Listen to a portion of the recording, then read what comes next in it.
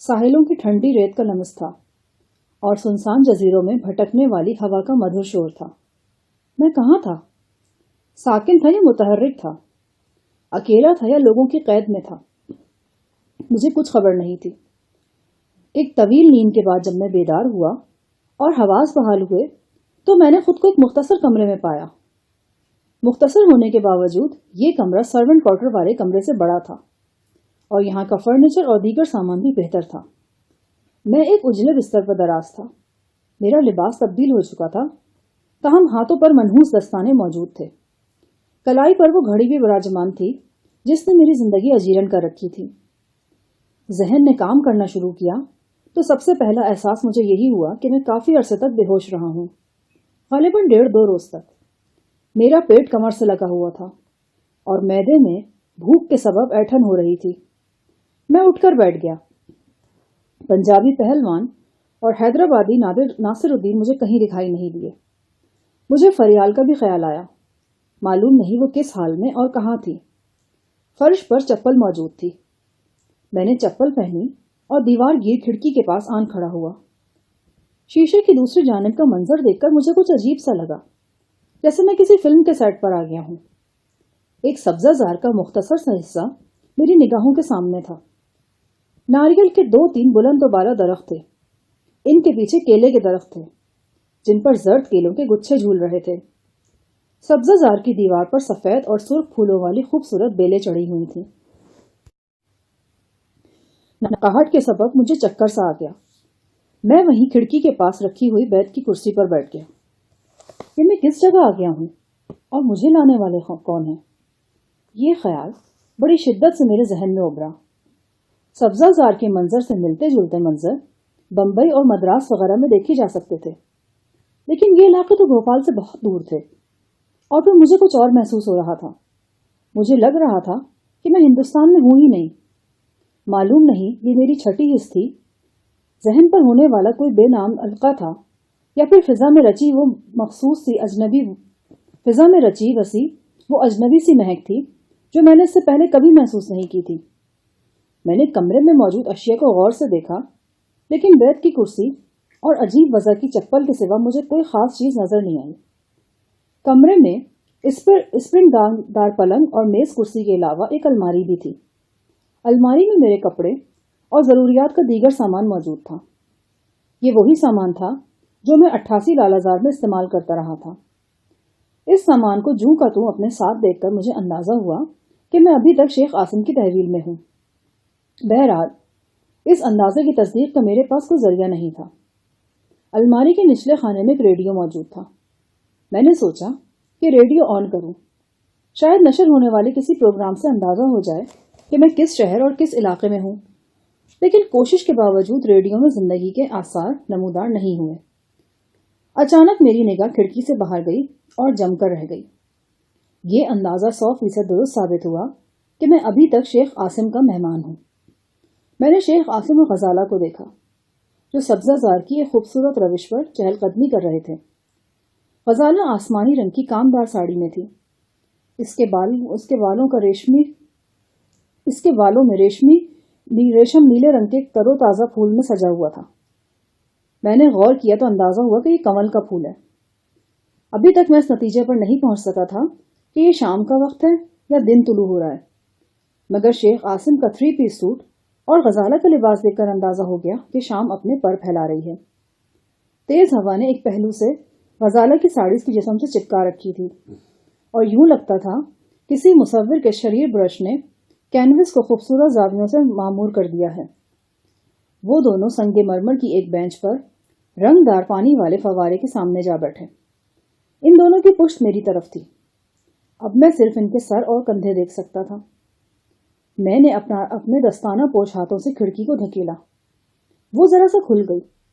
بے ساختہ ایک خیال میرے ذہن میں آیا، کیوں نہ اس سنہری موقع سے فائدہ اٹھاتے ہوئے شیخ عاصم کا خاتمہ بالخیر کر دوں۔ اس شخص نے گزشتہ 7 برس سے میری زندگی کو عذاب بنا رکھا تھا۔ اندھیرے اجالے میں، دیس پردیس میں، قید میں، آزادی میں، ہر جگہ وہ سائے کی طرح میرا تعاقب کرتا رہا تھا۔ وہ مجھے مارنا چاہتا تو بھی کوئی بات تھی، وہ تو مجھے زندہ درگور کر دینا چاہتا تھا۔ غزالہ نے خود مجھے اس خط میں بتایا تھا کہ وہ لاہور میں دیوانوں کی طرح شفتہ کو تلاش کرتا پھر رہا ہے۔ بالفاظ دیگر غزالہ تو یوں ہی قسمت کے پھیرے میں آ گئی تھی۔ اس بدباطن کا اصل ہدف شفتہ تھی، میری پیاری بہن، میری دلاری بہن شفتہ، جسے اپنے نجس ہاتھوں سے میلا کرنے کی کوشش میں شیخ عاصم کا جہنمی بھائی میرے ہاتھوں موت کے گھاٹ اترا تھا۔ شفتہ کا خیال آتے ہی میرے تن بدن میں آگ سی لگ گئی۔ میرا دھیان اپنی پنڈلی کے خنجر کی طرف گیا، لیکن وہ مجھ سے جدا کیا جا چکا تھا، اور اگر ہوتا بھی تو دستانہ پوش ہاتھوں کے ساتھ میں اسے کیا استعمال کر سکتا تھا۔ میری نگاہ لوہے کی اس کرسی پر جم گئی جو میز کے سامنے رکھی تھی۔ یہ وزنی کرسی تھی، اسے میں اپنی کلائیوں میں پھنسا لیتا تو عقب سے جا کر شیخ عاصم کے کھوپڑے پر ایک ایسی ضرب لگا سکتا تھا کہ اس کا مغز اس کے کندھوں پر نکل کر بہ جاتا۔ میں چوٹ لگانے سے پہلے ہی اس کرسی کا وزن اپنی کلائیوں کی طاقت بھانپ سکتا تھا۔ نہایت وحشت کے عالم میں کرسی کی طرف بڑھا، لیکن پھر فوراً ہی سارا جوش و خروش صابن کے جھاگ کی طرح بیٹھ گیا۔ میں اپنی جگہ سن کھڑا رہ گیا۔ بدن میں ایک دم وہی نقاہٹ اتر آئی جو بیدار ہونے کے بعد رگوں پے میں وسیع ہوتی ہے۔ میں ڈھیلے ڈھالے انداز میں چلتا بستر پر جا بیٹھا۔ لمحاتی جوش و خروش میں یہ بات بالکل بھول گیا تھا کہ شیخ عاصم کے نزدیک جانا میرے لیے ممکن ہی نہیں۔ میرے اور اس کے درمیان کم و بیش 10 فٹ کا فاصلہ رہنا ضروری ہے، اور 10-12 فٹ کی دوری سے کرسی تو کیا، لاٹھی سے بھی شیخ عاصم کو کوئی نقصان نہیں پہنچایا جا سکتا۔ میں نے گہری سانس لی اور آنکھیں موند لی۔ ہمت نہیں ہوتی کہ دوبارہ کھڑکی میں سے جھانکوں۔ دل کو دھڑکا تھا کہ کہیں پھر ویسا ہی کربناک منظر میری نگاہوں کو گھائل نہ کر دے جو چند روز پہلے مجھے 88 لالہ زار کی بالکنی میں نظر آیا تھا۔ یہ ایک عجیب نفسیاتی کیفیت تھی۔ میں جانتا تھا کہ شیخ عاصم اور غزالہ میاں بیوی بن چکے ہیں اور ان میں کوئی فاصلہ باقی نہیں رہا۔ شیخ عاصم کو غزالہ کی قربت ہر وقت اور ہر جگہ میسر تھی، اور بھی یقیناً اس قربت سے فائدہ بھی اٹھاتا تھا، لیکن اپنی آنکھوں سے دیکھا ہوا ایک معمولی سا منظر بھی میرے تصور میں آتشی نیزے کی طرح دھنسا ہوا تھا۔ داناؤں نے سچ کہا ہے کہ آنکھ اوجل تو پہاڑ اوجل۔ میں یہ برداشت نہیں کر سکتا تھا کہ میرے سامنے شیخ عاصم اپنا ہاتھ بھی غزالہ کے کندھے پر رکھے۔ دروازے پر ہلکی سی دستک ہوئی اور ایک لڑکی نے پٹ کھول کر اندر جھانکا۔ لڑکی قبول صورت لیکن گہرے سانولے رنگ کی تھی۔ اس نے عجیب سا لباس پہن رکھا تھا۔ یہ نیچے سے دھوتی نما اور اوپر سے تنگ کرتے جیسا تھا۔ لڑکی کے بال سلیقے سے جوڑے کی صورت میں بندھے ہوئے تھے۔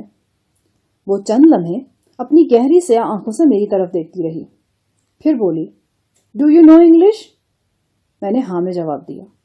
وہ کمرے میں آ گئی اور انگلش میں ہی بولی، "چائے پینا پسند کرو گے؟" "ہرگز نہیں، پہلے مجھے کھانا دو۔ مجھے لگتا ہے کہ 1000 سال سے میں نے کچھ نہیں کھایا۔" "اوہ، یہ بات ہے۔" وہ مسکرائی اور نسواری ہونٹوں کے پیچھے سے اس کے دانت کلیوں کی طرح چمک اٹھے۔ "میں ابھی تمہارے لیے کھانے کا انتظام کرتی ہوں۔"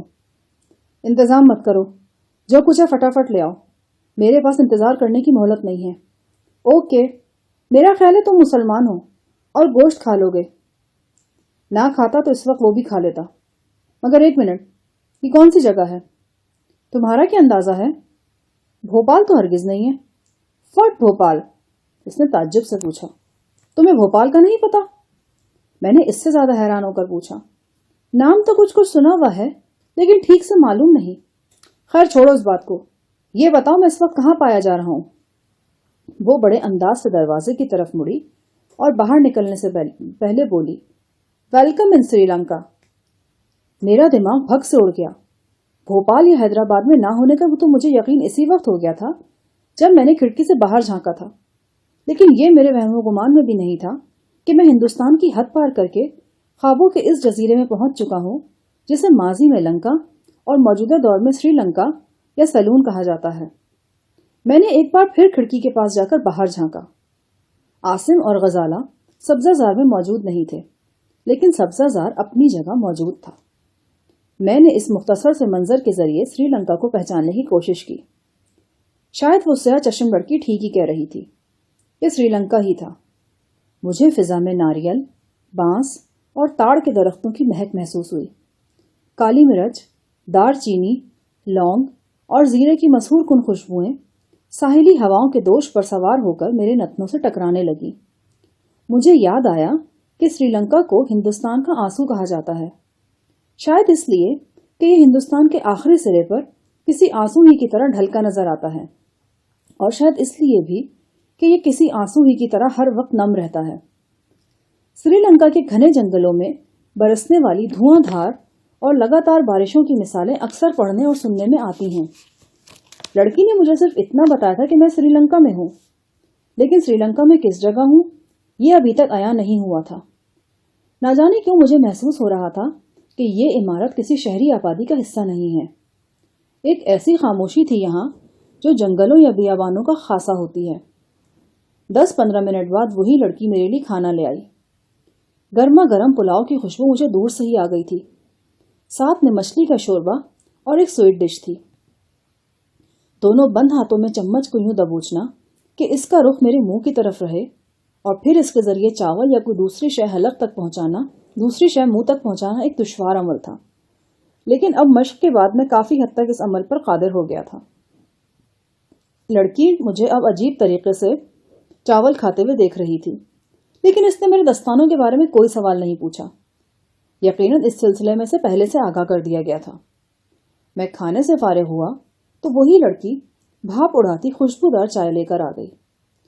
سری لنکا چائے کا گڑھ تھا، اور اگر میں حالات کے گھوڑے پر سوار واقعی سری لنکا پہنچ چکا تھا تو پھر چائے کے گھر میں بیٹھ کر چائے نہ پینا سخت بدذوقی تھی۔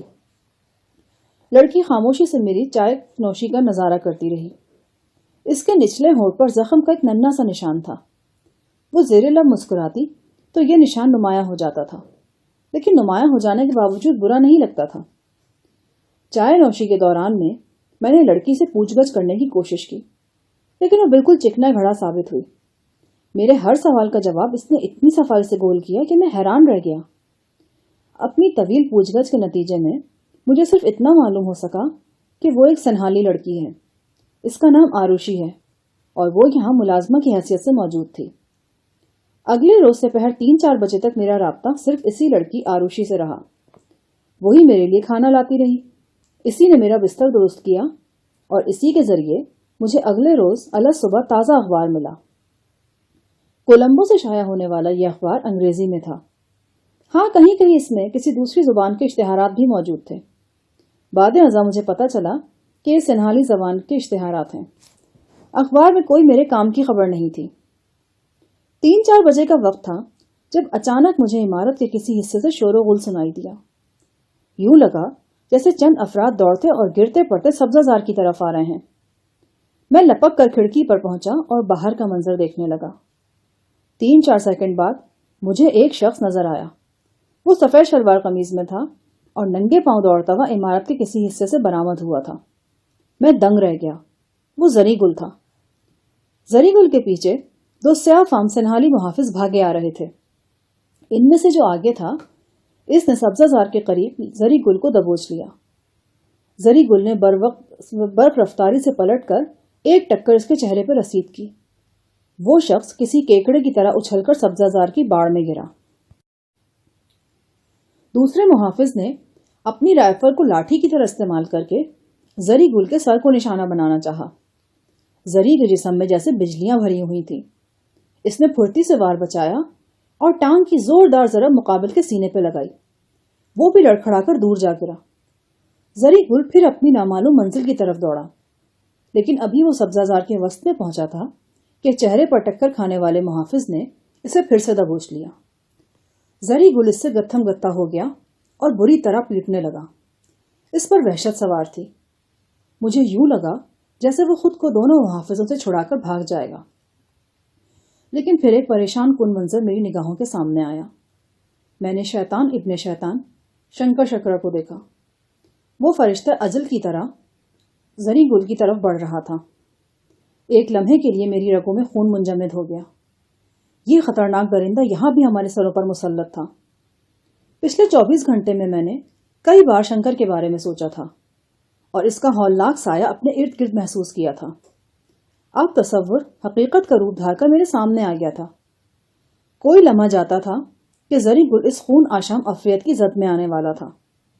میرا جی چاہا کہ چیخ کر زری گل سے کہوں کہ وہ شنکر کی مزاحمت نہ کرے، لیکن اس مختصر وقت میں ایسا کرنا ممکن نہیں تھا۔